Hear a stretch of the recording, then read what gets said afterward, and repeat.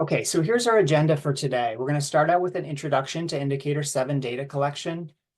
Then we're going to do an overview of the child outcome summary process. Next, Talitha is going to share about entering data into the Early Childhood Outcomes Summary database. We'll also address some frequently asked questions about data entry and submission. And then finally, we'll have time for questions and answers at the end. So I'm going to start us off with this kind of broad introduction to Indicator 7. So the first question is, why do we collect Indicator 7 early childhood outcomes data? And the answer here is that it is a federal requirement for states to submit this data each year. But beyond that, it's really important because the data help us understand, how our special education services are impacting children with disabilities who are in preschool. So to really understand the impact of preschool special education, we need to collect outcomes data. And so that's what Indicator 7 is all about. While it is a federal requirement, I want to kind of move us beyond just a compliance mindset around Indicator 7 that, these are valuable data and you can really benefit as districts, as school leaders from the Indicator 7 data that you all collect. So I kind of want to focus on that as well. So I'm sure this is a review for many of you, but in case you weren't aware, Indicator 7 measures 3 child outcomes that are here. So the first outcome is outcome A, which is positive social emotional skills, including social relationships. And I just wanted to kind of pause and just remind everyone that we're talking about children ages 3 to 5 with IEPs. That's the kind of focus, the target of this outcomes data collection. So outcome A has to do with things like interacting with peers, interacting with adults, kind of adapting to changes in routine, things like that. And then outcome B is the acquisition and use of knowledge and skills. So these are the pre-academic skills that you might focus on in preschool. Things like acquiring and using language, children's ability to problem solve, children's ability to follow directions. All of those go into that outcome B. And then outcome C is the use of appropriate behaviors to meet their needs. And these are the kind of functional skills that children need to learn, things like dressing themselves, eating, using the bathroom, using language to communicate their needs. So that's kind of the focus of outcome C. And so you can see that this is really a broad set of outcomes. And the idea with Indicator 7 is that there's not a single assessment tool that could directly measure all of this. And so we need to use this kind of broad process for collecting data about these outcomes. And that's what Indicator 7 is really all about.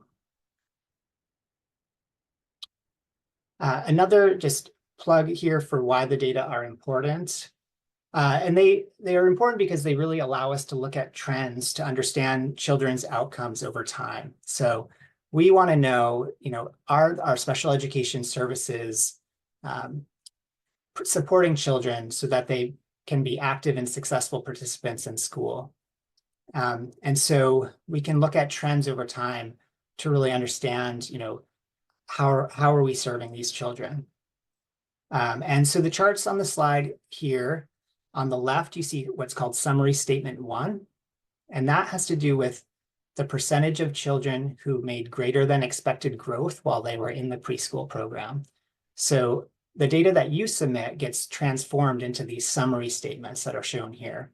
So again, summary statement 1 is children who made greater than expected growth. So that's a really, a great thing to see. We want children to be making greater than expected growth. And then on the right side, the chart is children who exited at or above age expected functioning. So again, a wonderful outcome. You can see that the percentage of children who reach this outcome is fewer than those who made greater than expected growth.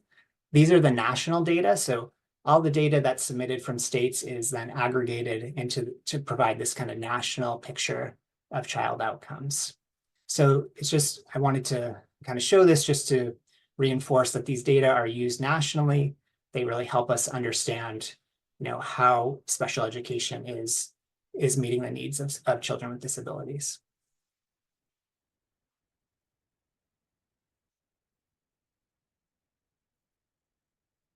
Next, I wanted to talk about which children need Indicator 7 data.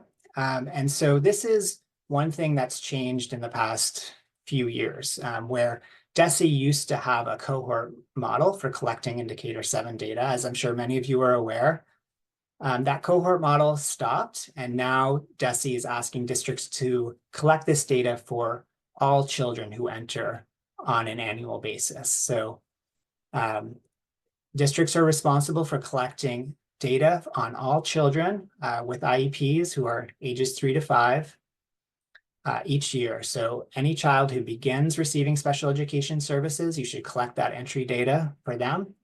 And any child who exits your program, exits from special education, you should be collecting Indicator 7 data for them as well. The second bullet on this slide here kind of speaks to the fact that this year and in the previous years, there were some children who entered when you weren't required to collect entry data because of the cohort system. And so there were children listed in the database who there were no entry data for those children. Those children should have all exited by the next school year. And so starting the next school year, you should have entry data in the database for all children, meaning that the cohort model is kind of phased out fully at that point.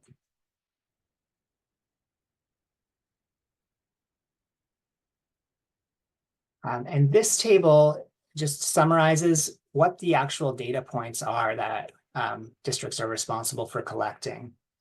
So the first row shows that we want the date.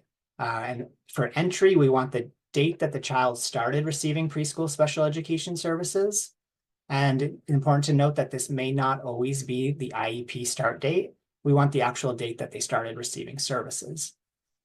And then at exit, we want the date that the child exited preschool special education services. The next row shows that for exit data, there is a field that's called exit exception. And this asks, did the student exit the district without having exit data collected? And it's a yes or no. So we know that sometimes there are circumstances where the child just exits before the district could collect these data. And so that's an acknowledgement of that reality that, but we do want that to be used only in cases where it's really necessary. So that's only used if the child left the district, unexpectedly. The next row down is the data point is the outcome rating on a 1 to 7 scale, and we'll talk more about the 1 to 7 scale shortly. But those data at entry should be collected within 4 to 6 weeks of the first day of services. So I did just want to flag that as a reminder to folks not to wait too long. After a child begins receiving services, don't wait too long to do this process. Really kind of embed it within your system so that when a child enters, you have a process for collecting these data in a timely way. And then the exit data should be collected before the child exits, close to the time when they exit, but before. And then the final row is the exit progress question. And we'll talk more about that, but for each outcome area that we discussed, there will be a yes or no question asking if the child made progress in that outcome area. So those are the different fields that you need to collect data on. And so now we're going to transition just to give a brief kind of summary or overview of the child outcome summary process. And, this will be a quick kind of overview, but I do encourage you to, use the resources that we share to kind of go more in depth. So the child outcome summary process is used because, as I said, there's no direct assessment of these 3 broad outcomes. And so what we really want to do for children in this age group is really draw on multiple sources of information. we want to use a variety of data sources, and we want to involve a variety of people in the discussion about their ratings. So the cost process is a team process. And ideally, it should involve the parents in the discussions about the child's ratings. So it involves a team of children, individuals who are familiar with the child, including the parents. It includes multiple sources of information. So we're not relying on a single assessment, really drawing on multiple sources of information. And then that information is summarized using a 7-point scale at entry and then again at exit. And then there's the progress questions, which I mentioned. So just to reinforce what I kind of went over there, the cost process is conducted by a team. So, really, we don't want to have an individual teacher providing the ratings by themselves in isolation. So this should be a team process. You can embed this within your IEP team process, which I think we would recommend as a recommended practice that, as a child, has their initial eligibility or the team is developing their IEP, that team can then also do the cost process, basically. So think about how this might be embedded within your IEP process as well. So include those who know the child best, the family, interventionists, teachers, service providers, paraprofessionals, or other folks who know the child well.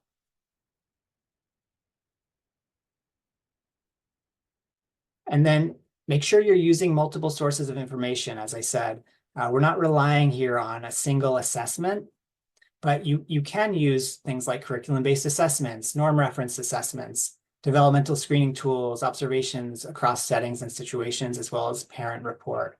So really what this process involves is a team sitting down with lots of information about the child and having a discussion to arrive at these ratings.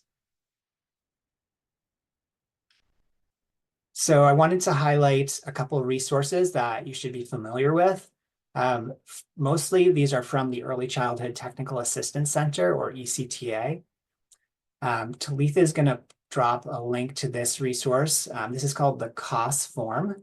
And so this form is used to summarize the information that you collect from the multiple sources for each of the child outcomes. And it's a place to document the evidence to support your ratings. So it's important to have this kind of documentation, not just kind of enter the data into the system.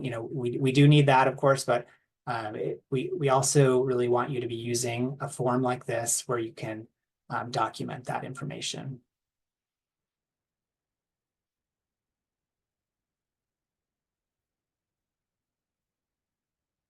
The next resource that I wanted to share is the definitions for the COS ratings. So the COS rating is done using this 1 to 7 scale.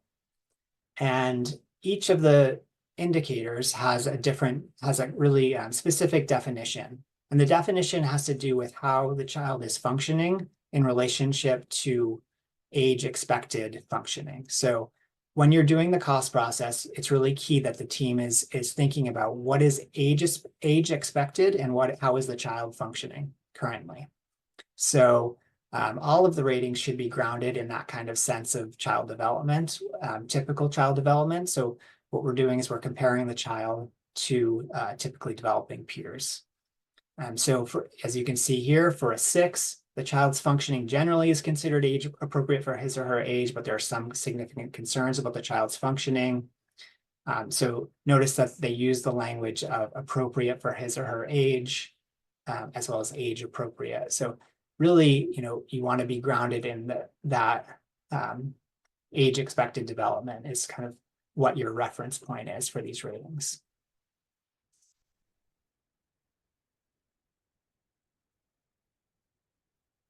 And then a good resource for the team to use is this decision tree for summary rating discussions. The decision tree is a series of questions that helps the team arrive at their rating. And so you can see the initial question here is, does the child ever function in ways that would be considered age appropriate with regard to this outcome. So starting with that, if the team says no, then they would consider a rating of 1 to 3. If the team says yes, they would consider a rating of 4 to 7. So, and then there are, other questions that guide the team to consider a specific rating. So this is, a good tool to use when having those discussions.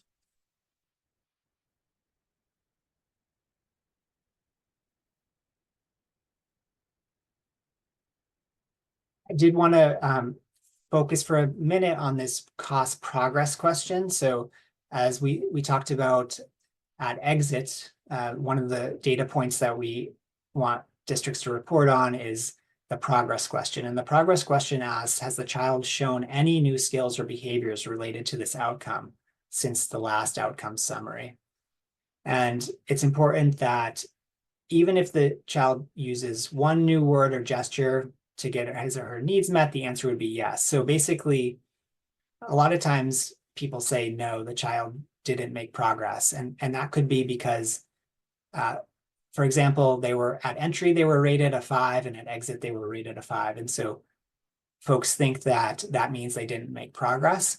But if you look at the developmental trajectories, what's expected at entry and at exit will differ because as children gain new skills as they age. So it could, most of the time, this is going to be yes to this question. The progress question could even be yes if the rating goes down. So really what you're asking with this question is, did the child gain any new skills? There are, rare cases where children don't gain any new skills, but most of the time, this is going to be a yes for the progress question.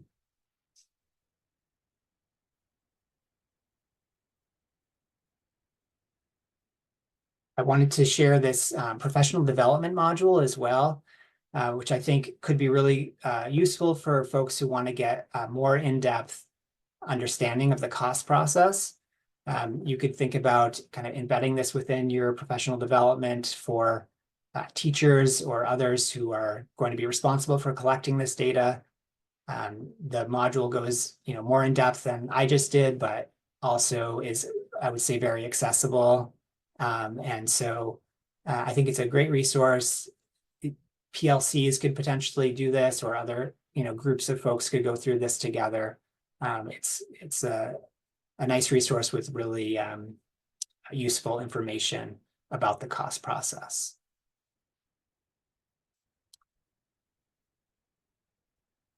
All right, so that's the end of that initial section about kind of just overviewing the process in general. And now we're going to get into more of the details about entering data into the database. And Talitha is going to lead this next section. Please feel free to use the chat if there are any questions that are coming up for you, or you can unmute if you'd like as well. So Talitha, I'll turn it over to you. Great, thank you. Thank you, Zach, and thanks everybody for introducing yourself in the chat, and I'm happy that the links are helpful. Got QR codes and links and everything. So now we're going to talk about entering data into the ECOS database. So ECOS is Early Childhood Outcomes Summary. So that is the first thing to know. And so quick facts, this is web-based and therefore accessible via different browsers on both Macs and PCs. For those of you who've been around a while, you might remember the old system didn't like Macs. So this one works with Macs, and we suggest using Chrome or Microsoft Edge for the best performance. Excuse me. The system was also designed to make complete and accurate data entry as user-friendly as possible. And we do that using built-in edit checks to identify missing or inaccurate data at entry. And I'll be talking about those more later. ECOS also has a reporting feature to enable districts and schools, as well as the state, to review and use these data for program improvement. The reports provide information on children's progress, and they combine the entry and exit data into the progress categories that Zach just went over. And by looking at the progress categories, as well as the entry and exit data, and by comparing it to state averages, which is possible in these reports, districts can use the reports to identify areas for professional development. So for example, you might decide, okay, this is providing some numeric evidence that we should be working on child outcomes, or on data entry, data accuracy. And finally, the reports are also hopefully useful. Our intention was that they would be useful to support discussions and engagement with stakeholders. Next slide, please. So before I jump into more details, I wanted to take the opportunity to celebrate the improvements in data completeness after 2 years of using ECOS. So great job, you all. The percentage for the reporting districts has increased, as you see in the blue bars, up to 94%, which isn't too far from the ideal of 100% of districts reporting. And if you look at the orange bars, they're shorter, but they show an even greater increase in the percentage of children with complete data, meaning that the children had both entry and exit data so we could calculate the progress categories. And the denominator of this is based on a snapshot of children based on enrollment in December of each year. And as you can see, compared to the last year where we were using the Excel-based smart sheets and Dropbox, the districts collectively reported on 12% of the children that were identified as enrolled in preschool special education, and that tripled in this past year. Not this current year, but the year before. So that's great. And then as this chart also indicates, there's a 50% national average for the data that is reported nationally. So we've got a little ways to go, but I think that this training and the phase out of the cohort model, and based on the trajectory of improvements already, that I think either for this school year or maybe next school year, we're going to beat or exceed the national average. So congratulations. Next slide, please. So this slide and the next one provide two different displays to help you understand the ECOS data timeline. So the Student Information Management System, or SIMS, populates ECOS with students based on their coding as enrolled in preschool special education in your district. So after the SIMS data is certified, checked, and completed or finalized, then it is transferred to ECOS. So that does take some time. It does happen 3 times a year. I'm sure you're familiar with the October, March, and July SIMS certifications deadlines. And then so after that finalization process happens, then it is transferred into ECOS. And the timeline is generally a month-ish, except for the last one needs to happen faster, as you can see, because the August deadline is right after the July deadline. Because you might have new students entering at any time in the school year, we recommend that you wait until you know you've collected entry and exit data on all students who are entering or exiting before you certify the data to complete the submission, which deadline again is August 31st. Once you certify the data, you can't edit it unless we decertify it for you to edit it. So just better to wait on that. When you save the data, it's in the system. You don't need to certify it until later in the year. So generally, the easy rule of thumb, I think, would be to plan to certify it sometime in August before the deadline. But of course, do what works best for your district based on this information. Next slide, please. So this is another way to look at the timeline and show the data that you should be entering or that is possible to enter following each of the 3 SIMS certifications. And some common questions that we get from districts about students that they see listed for their schools in districts and ECOS is what to do about students who started receiving services in prior years for when their cohort system was still happening and you weren't, a district wasn't required to collect data on that cohort of students. So Zach went over that. Since we're phasing it out, it will be the case probably for many districts still this year that you have children for whom you weren't required to collect entry data. So just skip them. I'll go over this again in a minute, and kind of sounds counterintuitive, but just skip over their line.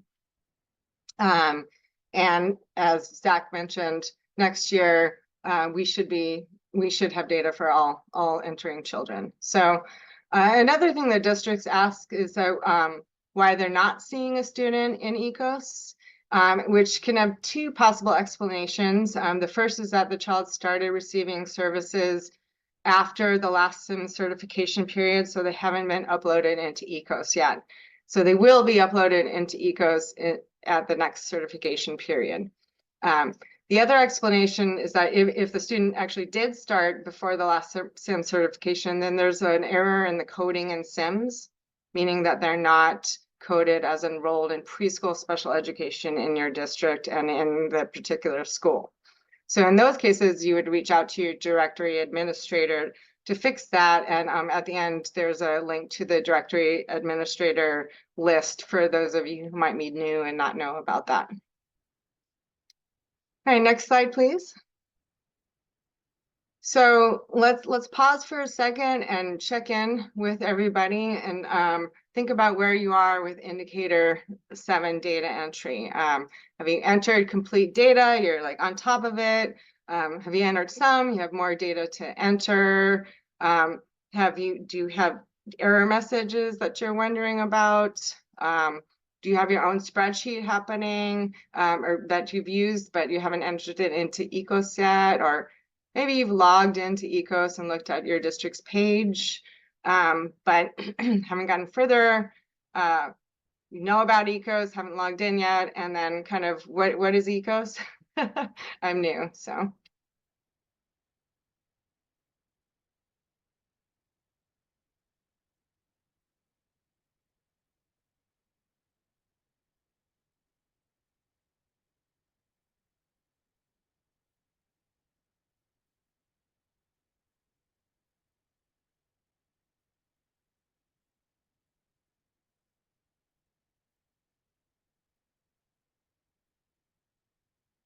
I'll give it another few seconds here.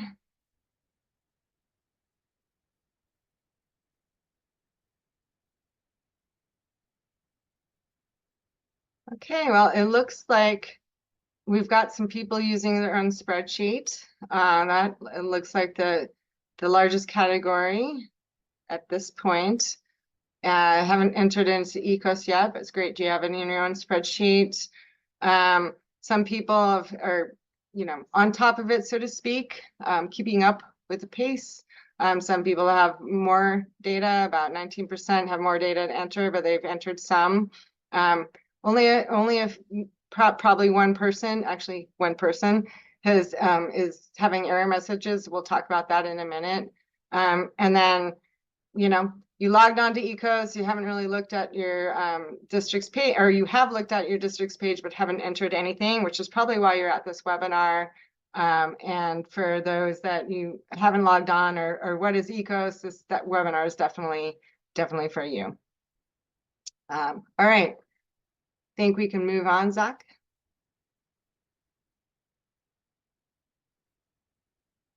Okay, so I was very pleased to see that many people have a spreadsheet going. So that is one of our biggest tips. In most districts, the data will probably be entered into ECOS by an administrator and not directly by teachers. And since high quality data collection is best achieved when you can, well, as Zach said, it really should be collected within 4 to 6 weeks of entry. You should be doing the cost ratings, and then also to just avoid errors, you should also enter the data soon. But because ECOS is only updated 3 times a year, you might not be able to for that student. So if you create some kind of internal data collection system that's secure to store this information, then you have it at the ready to enter when ECOS is updated and the student appears in the system. One of the registrant questions we received was about forms required for indicator 7, and Zach showed those earlier, and I dropped links into the chat for those forms. This is actually a format suggestion to facilitate the ongoing data collection in a secure spreadsheet, basically modeled after what you'll have to enter into ECOS. Again, it's important to make sure it's secure because it will have personally identifiable information with the child's first, last name, and date of birth. And we just heard from you now that, and we heard last year that some districts had created these spreadsheets and they're working well. So I think this is a really good tip for folks. Next slide, please. So the secure spreadsheet is one part of planning for sustainability or institutionalization of these processes. And we also recommend creating a page of resources for staff as they enter and start doing stuff in the indicator 7 sphere. These slides and the recording could be part of that page of resources. We hope that it can serve that purpose. And the other thing too is for your own district, customizing it for your district to decide on the schedule, how you're going to enter data. Are you going to enter it on a rolling basis? Are you going to enter it after each SIM certification? Are you going to keep it in a spreadsheet and wait until August and then enter it right before the deadline? Those are all up to you. Again, the deadline is August 31st. And we recommend that you plan to reach out early to us or DESE if you have questions before the educators leave for the summer in May or June, because you might need to be getting information from them. If they're not back in August and you are going to be needing to enter data after the July certification, then it'll be important to reach out early.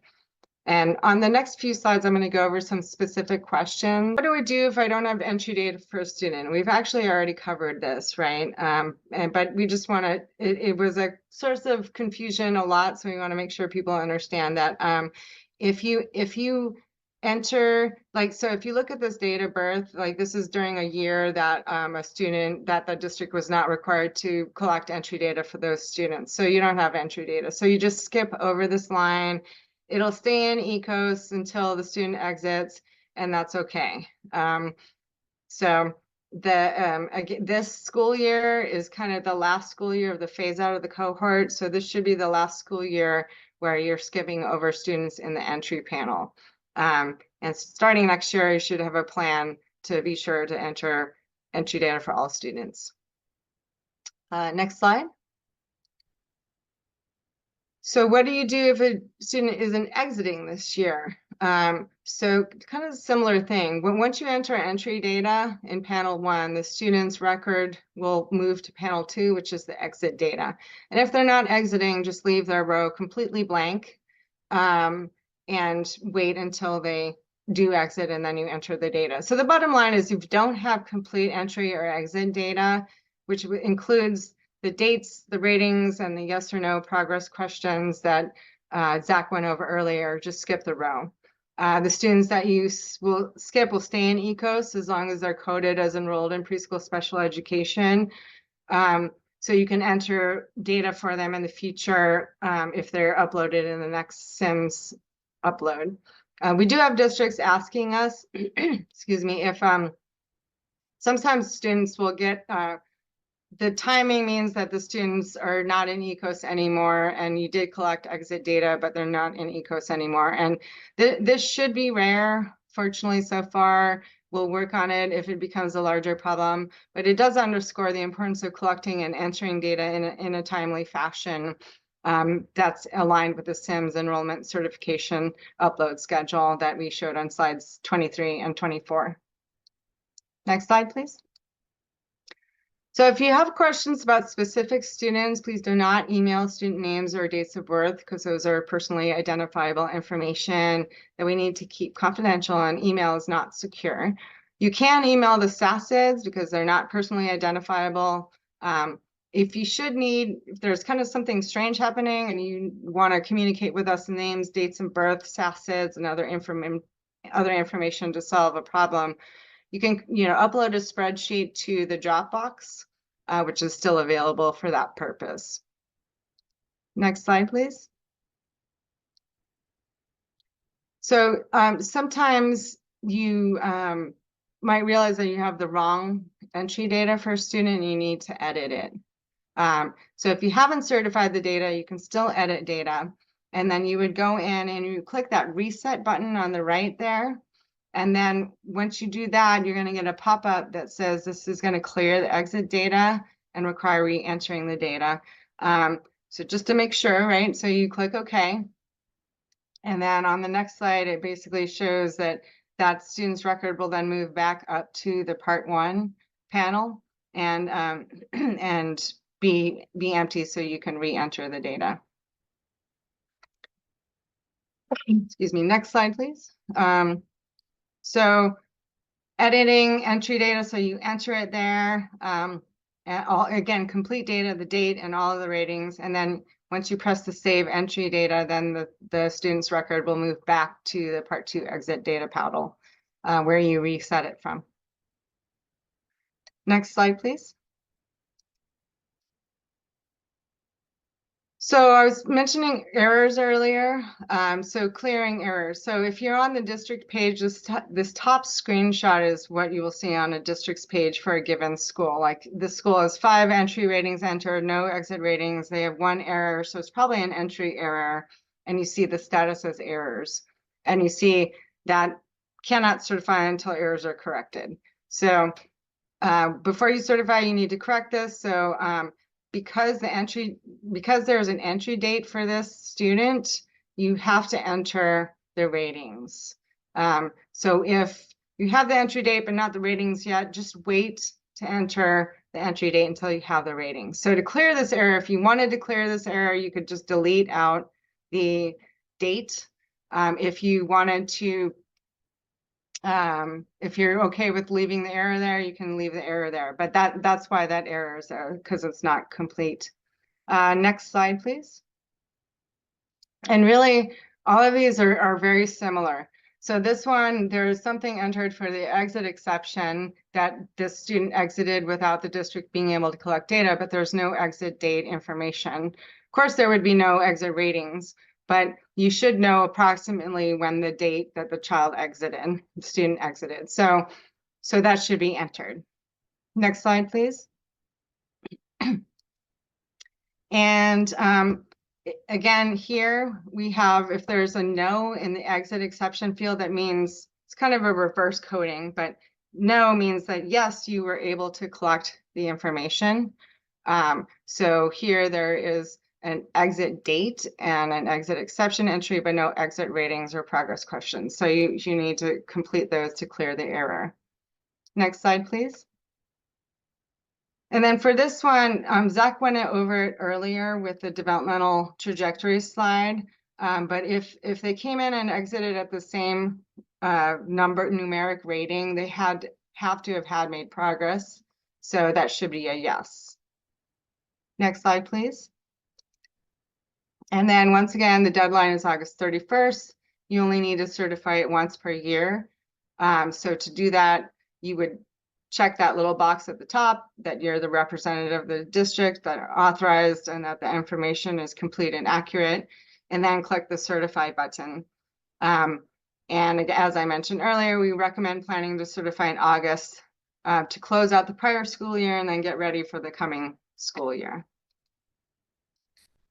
And then a little bit, hopefully we got, I'll try to leave some time for questions, the answers, of course, but we do have the reporting feature in the ECOS database. So we wanted to show you why it could be beneficial for the district and our school in addition to the Commonwealth.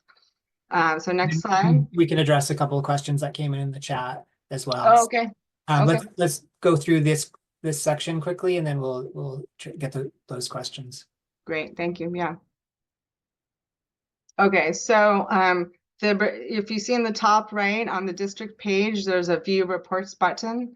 You press that, and then you'll get the screen on the bottom that allows you to set some filter parameters. So the school year, you have to tell it which school year you want. Right now, there's the last 2 school years available.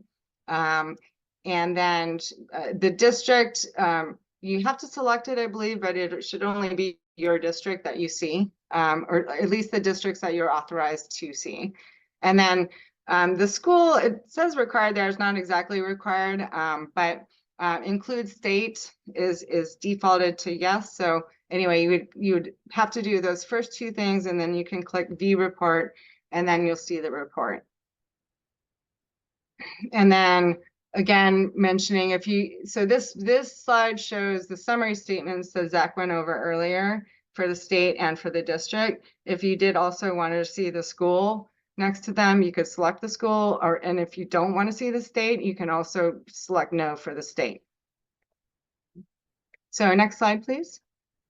So ECOS provides tables and charts to help you understand the data and look at it in different ways, to provide answers to different questions about students, schools, districts, and the Commonwealth. For example, this one is showing entry and exit data.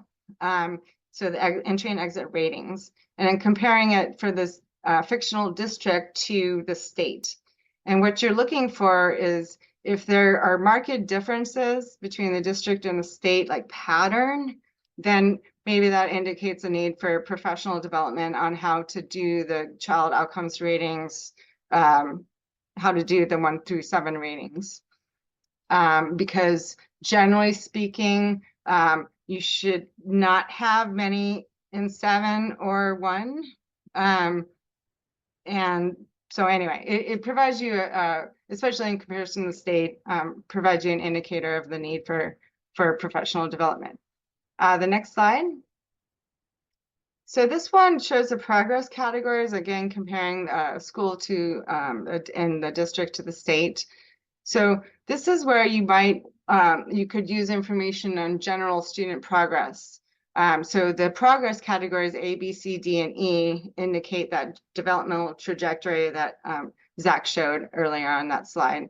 And so categories B, C, D, and E all show progress and should be celebrated. Categories C and D especially should be celebrated because it means you bent that developmental trajectory curve up closer towards age-appropriate functioning.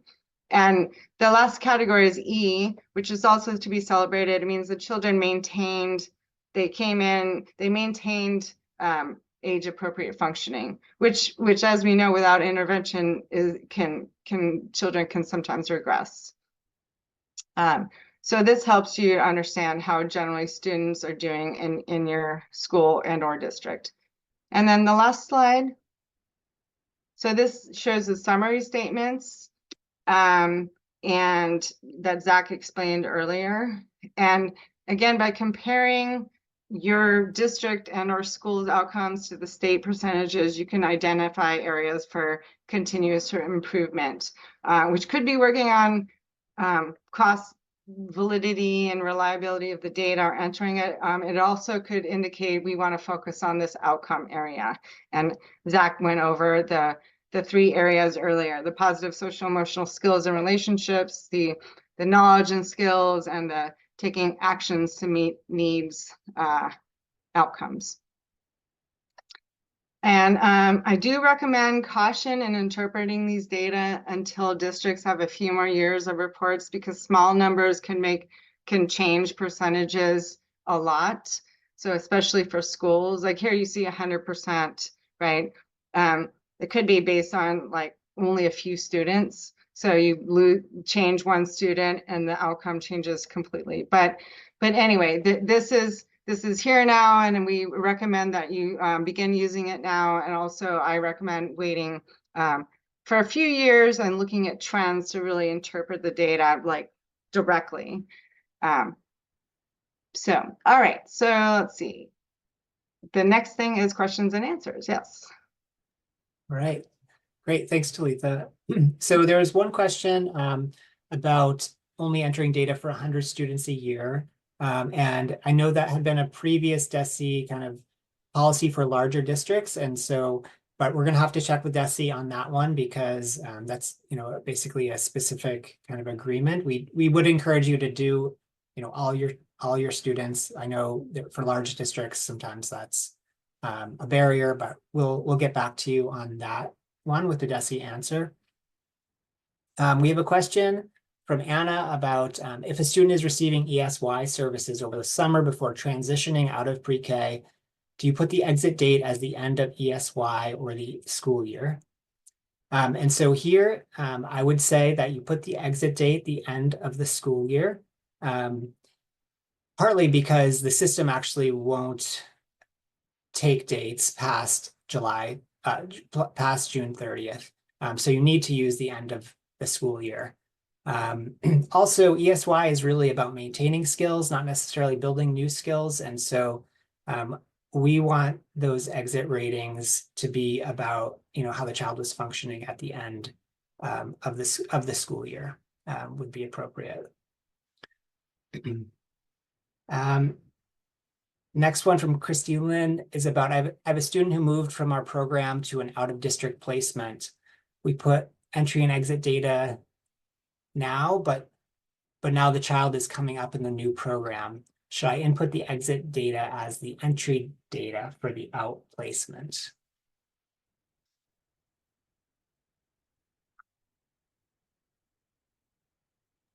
So that's a really actually very good question. And as you folks use the system, we'll come up with these things and we'll have to innovate and try to see how we can make the system match reality.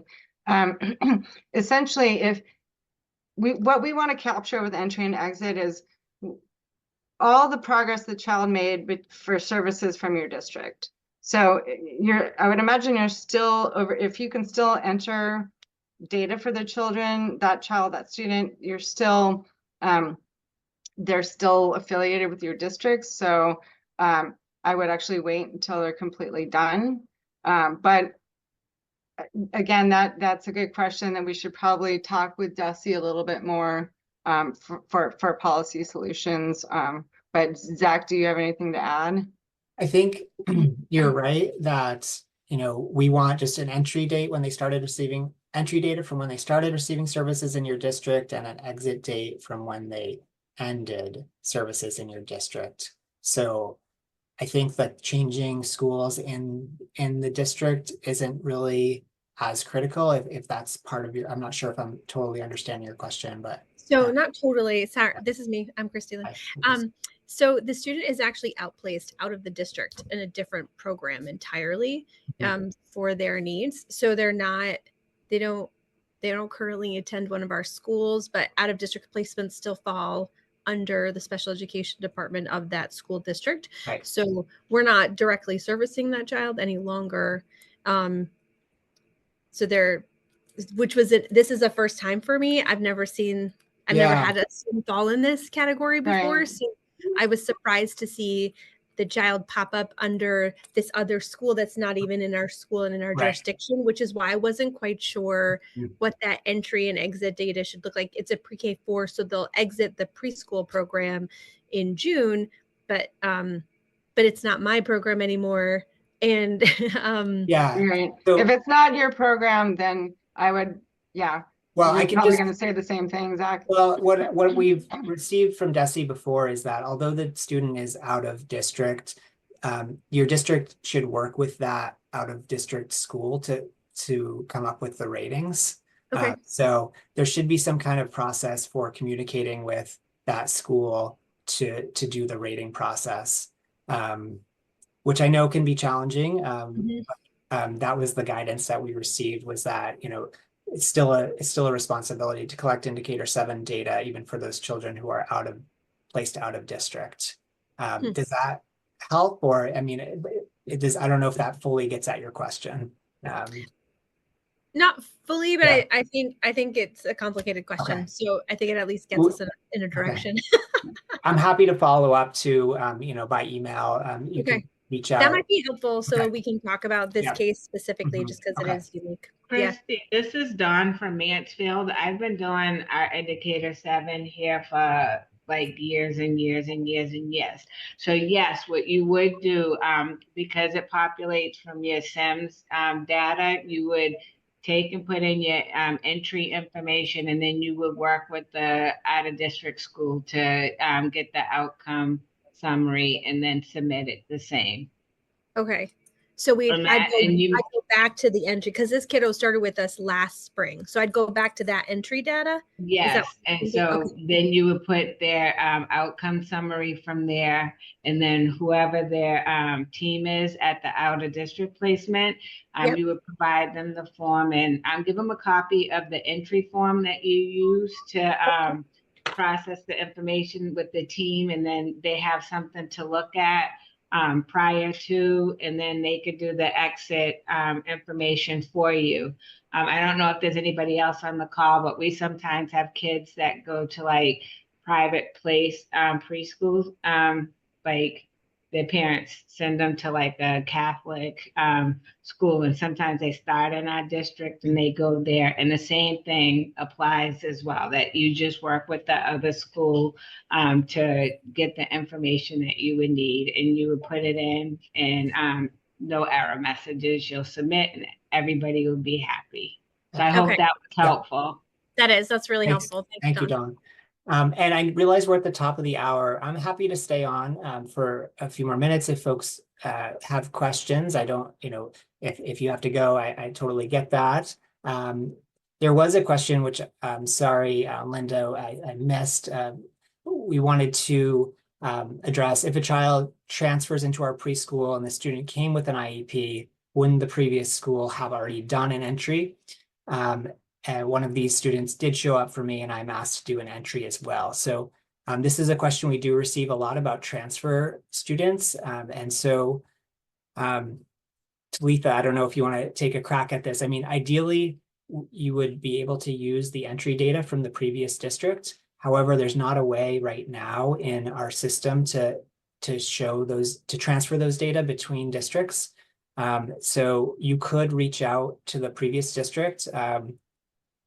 Yeah, right now we recommend reaching out to the previous district to get it. We can't automatically transfer it because technically it requires parent consent. So so I would check with the parents and say, can we reach out to the prior district and get the data from them? And then you would get that, and hopefully not just the numbers to put in ECOS, but also the material, the forms, because that rich information will help you provide better services to the student and family. Right. And I know, let's see, there's a couple other questions here.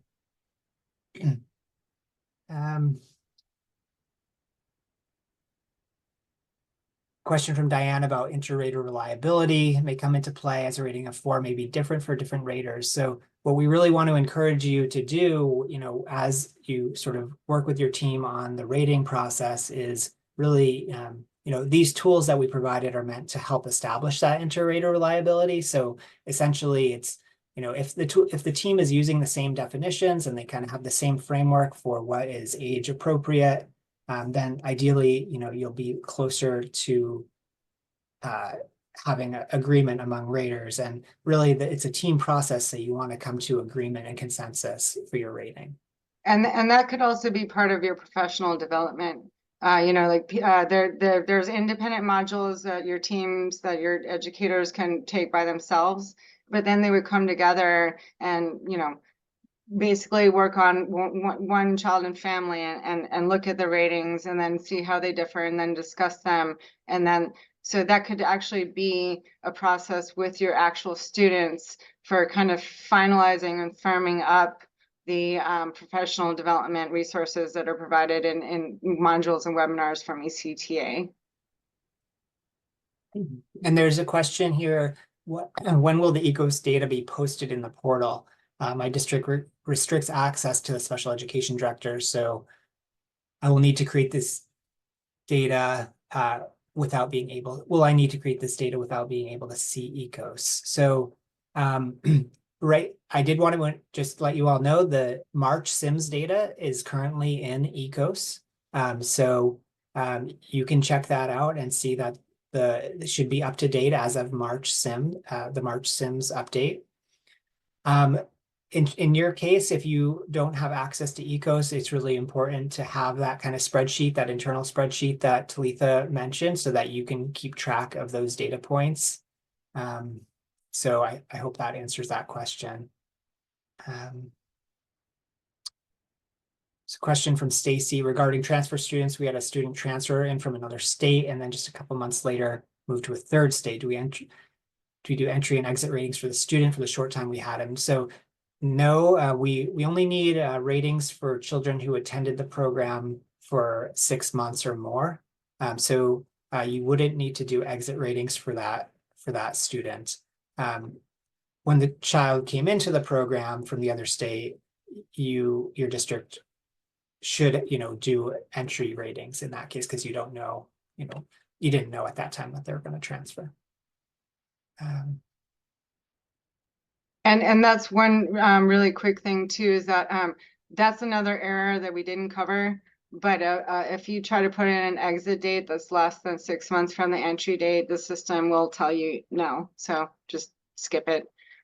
So that also kind of brings up a good point, is that generally speaking, starting next year, you're not going to be skipping many students' rows, but there will be some situations where that's fine. And as we use it together, we'll learn about those and be able to make it better if possible. I think that's all the questions that I'm seeing.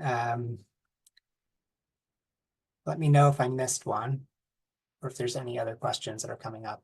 Really appreciate everyone being here, and happy to support as you get going with entering the data for the remainder of the school year.